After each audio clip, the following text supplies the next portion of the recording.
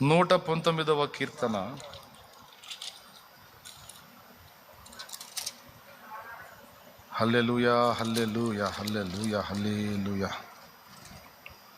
90వ వచనం నుంచి చూడు, ఆ తర్వాత చదువుదాం. 119వ కీర్తన 90వ వచనం చదువు. నీ విశ్వాస్యత తరతరములుండును, నీవు భూమిని స్థాపించితివి, అది స్థిరముగానున్నది, సమస్తమును నీకు సేవ చేయుచున్నవి. అది రాసుకో. ఫస్ట్ సమస్తము అన్నదాన్ని అండర్లైన్ చేయి. సమస్తము రౌండ్ కొట్టు. సమస్తము నీకు సేవ చేయుచున్నవి అంటే భూమి ఆకాశాలే కాదు, దూతలు, మానవులు, పరిస్థితులు, ప్రకృతి. ఎప్పుడైతే మనం విశ్వాసతలోకి వెళ్ళామో, దేవుని అందరి విశ్వాసంలోకి వెళ్ళామో, మన రిపోర్ట్ మారిపోయింది మేడం. మారిపోయింది మన రిపోర్టు, మారిపోయింది సార్ మన రిపోర్టు. ఇక మనకి ఆ వ్యతిరేకత అంటూ ఏమి లేదు, నెగిటివ్ అంటూ ఏమి లేదు, అంతా పాజిటివే. అది ఇది నీకు అర్థమైతే ఇక ఎప్పుడు ఈ పాటే ఆనందమే పరమానంద. అది ఆనంద గీతాలు నే పాడుచు యేసయ్య సన్నిధి నే చేరనా. ఆనంద గీతాలు నే పాడుచు యేసయ్య సన్నిధి. దేవునికి స్తోత్రం, దేవునికి స్తోత్రం. నేను చెప్పింది నీకు అర్థమైతే ఇక ఏవి నిన్ను కదిలించలో. సమస్తం వచ్చిందా, ఏది వచ్చినా సరే సేవే చేసిద్ది.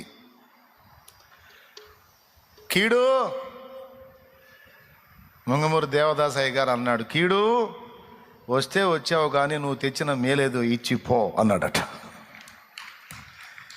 శోధన వస్తే వచ్చావు కానీ నువ్వు వచ్చిన మేలేదో ఇచ్చిపో మర్యాదగా. ఎప్పుడైనా జీవితంలో జరిగే ఏ విషయాలైనా ఇదే గుర్తుపెట్టుకోవాలి. సమస్య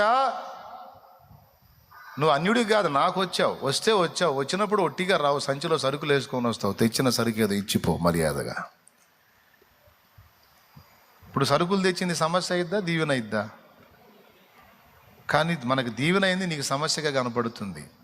దాన్ని నీకు భూతద్దంలో చూపించి సైతాన్ నిన్ను గలిబిలి చేస్తాడు. లెక్క చేయవాకు, సమస్తము ఆయనకు. Point number 1. పాయింట్ నెంబర్ 2, రోమాపత్రిక 8:28. మీకు తెలిసింది వచ్చిందాలే, కాకపోతే ఈ కోణంలో తెలియదు, అందుకని చూపిస్తున్నాను అన్నమాట.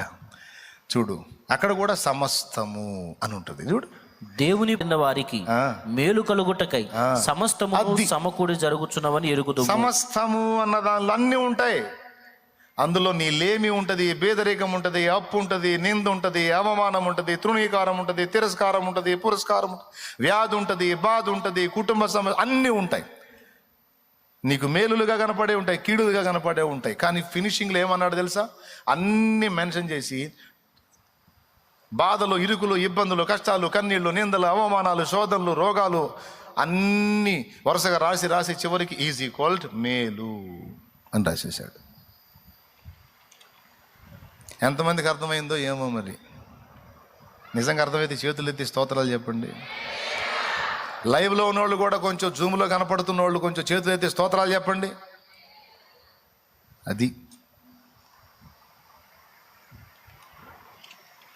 వాక్య సత్యం చెబుతున్నా, ఏదో మిమ్మల్ని ఓదార్చాలని కాదు, ఉన్న సంగతి చెప్తున్నా. ఓదార్పు పొందితే పొందు, లేతే నేను ఉన్నది చెప్తున్నా. నువ్వు ధైర్యంగా ముందుకు సాగాలి, విశ్వాసంలో నిలకడగా ఉండాలి. నువ్వు దేవుని చేతిలోకి వెళ్ళిపోయావు, దేవుని చేతుల్లో నీ బ్రతుకు వెళ్ళిపోయింది. నువ్వు ఇప్పుడు ఖాళీ మనిషివి కాదు, వట్టిగా లేవు, నువ్వు ఆయన చేతుల్లో ఉన్నావు.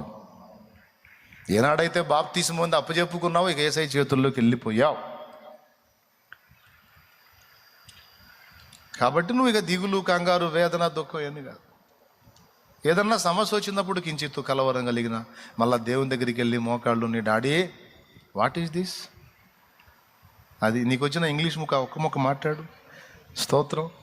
అప్పుడు ఆయన అంటాడు, ఏముంది, దిస్ ఈజ్ వంకాయ పులుసు అంటాడు ఆయన. ఏం లేదు, శుభ్రంగా పులుసు పెట్టుకొని తినరా, ఏం లేదు అంటే. వంకాయ పులుసు ఎంత బాగుంటుందండి, గుత్తి వంకాయ కూర చిన్నులపాయ కారం దట్టించి పప్పులో ఆ వేపుడు వేసుకొని తింటుంటే అసలు మామూలుగా ఉంటుందా? కదా, లాలాజలం, జీర్ణరసాలు ఊరుతున్నాయి కదా. తోటకూర పప్పు, గుత్తి వంకాయ కూర వేసుకొని తింటే ఉంటుంది. అసలు ఇక నువ్వు పదా నేను వస్తానా అనుకుంటుంది.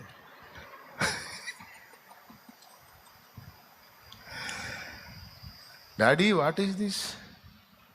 Don't tension my son, my daughter, this is వంకాయ పులుసు. హాయిగా ఈటు, నేను వేస్తాగా వేటు. స్తోత్రం అంటాడు ఆయన. అందుకే నువ్వు వెళ్ళి దేవుని ముందు కూర్చోవాలని చెబుతున్నాను. ఏం చేయాలి? నువ్వేం చేయాలి? ఏది వచ్చినా ఏంది తండ్రి అని వెళ్ళాలి. ఆయన చెప్తాడే నీకోసమే వచ్చింది పో అంటాడు. పనుందులే కావాలని నేను కలిగించాను కానీ ఏం కాదు పో అంటాడు. ఏమైనా అర్థమవుతుందా? రైట్. సమస్తము మేలు కలుగుటకే సమకూడి, అక్కడ కూడా సమస్తము నీకు సేవ చేస్తాయి. నంబర్ 1 రాసుకో, సమస్తము నీ మేలు కోసమే వస్తాయి. నంబర్ 2 రాసుకో. నంబర్ 3 నీకు సమస్తము సాధ్యమే. ఎందుకంటే నువ్వు విశ్వాసం గలదానివి, నువ్వు విశ్వాసం గలవాడి. నమ్ముట నీ వలనైతే నమ్మువానికి. ఇప్పుడు నువ్వు నమ్మిన జాబితాలోకి వస్తున్నావు. నమ్మి బాప్తిస్మముందు నరులకు రక్షణ మరిగల్గును. నమ్మి బాప్తిస్మముందు నరులకు రక్షణ మరిగల్గును. నమ్మనొల్లకపోయెడు నరులకు నరకంబు గమనెను. నమ్మనొల్లకపోయెడు నరులకు నరకంబు సిద్ధమనెను. దేవునికి మహిమ. నమ్మి బాప్తిస్మం పొందావు. ఇప్పుడు కొంతమంది పొందబోతున్నారు. వాళ్ళకి మీకు అందరే గలిపి చెప్పా. నమ్మిన వారి జాబితాలోకి వచ్చారు కాబట్టి నమ్మువానికి సమస్తము. 3 సంస్థలు వచ్చినాయి. ఏ సంస్థలో? మనం అప్పులు తెచ్చిన సంస్థలు కాదు, సమస్తాలు. మొదటి సమస్తము నీకు సేవ చేస్తుంది, 2వ సమస్తము నీ మేలుకు వస్తుంది, 3వది నమ్మిన నీకు సమస్తము సాధ్యమవుతుంది. భయపడనక్కర్లేదు, దిగులు చెందనక్కర్లేదు. ఓకే, ఎట్లా ఉండాలి నీవు? ప్రతికూలతలు ధైర్యముగా. ఎవరిని బట్టి ధైర్యం? నా దేవుడురా, నా దేవుడు. యోధా గోత్రపు సింహము నా ముందు కూర్చున్నాడు రా. రాజులు గదిలినా, రంగప్పలు గదిలినా అంతా అప్పలవుతారు తప్ప ఏం చేయలేరురా. నాకేం భయం రా. నీ ప్రజల నెమ్మదికై రాజాజ్ఞ మార్చింది నీవేనని. నీ ప్రజల నెమ్మదికై రాజాజ్ఞ మార్చింది నీవేనని. అహమును అణచి అధికారులను అధముల చేసిన నీకు, నీ ప్రజల నెమ్మదికై రాజాజ్ఞ మార్చింది నీవేనని. అహమును అణచి అధికారులను వెధవల చేసిన నీకు, అసాధ్యమైనది ఏమున్నది? అసాధ్యమైనది ఏమున్నది? నీకు ఇది కూడా చెప్తున్నా. గుంటూరు నుంచి సికింద్రాబాద్ పోవాలంటే గుంటూరులో ఎక్కిన ట్రైను సికింద్రాబాద్ పోయిందాకా దిగకూడదు. ట్రైన్లో ఉన్నంత వరకు నువ్వు సికింద్రాబాద్ చేరటం గ్యారంటీ. ట్రైన్ మధ్యలో నల్గొండలో దిగినా, మిర్యాలగూడలో దిగినా, ఆఖరికి తీరా సికింద్రాబాద్ దగ్గర బీబీ నగర్లో దిగినా సరే, సికింద్రాబాద్ చేరేంత వరకు దిగటానికి లేదు. నువ్వు మధ్యలో ఎప్పుడు దిగినా సరే నువ్వు సికింద్రాబాద్ చేరవు, గుర్తుపెట్టుకో.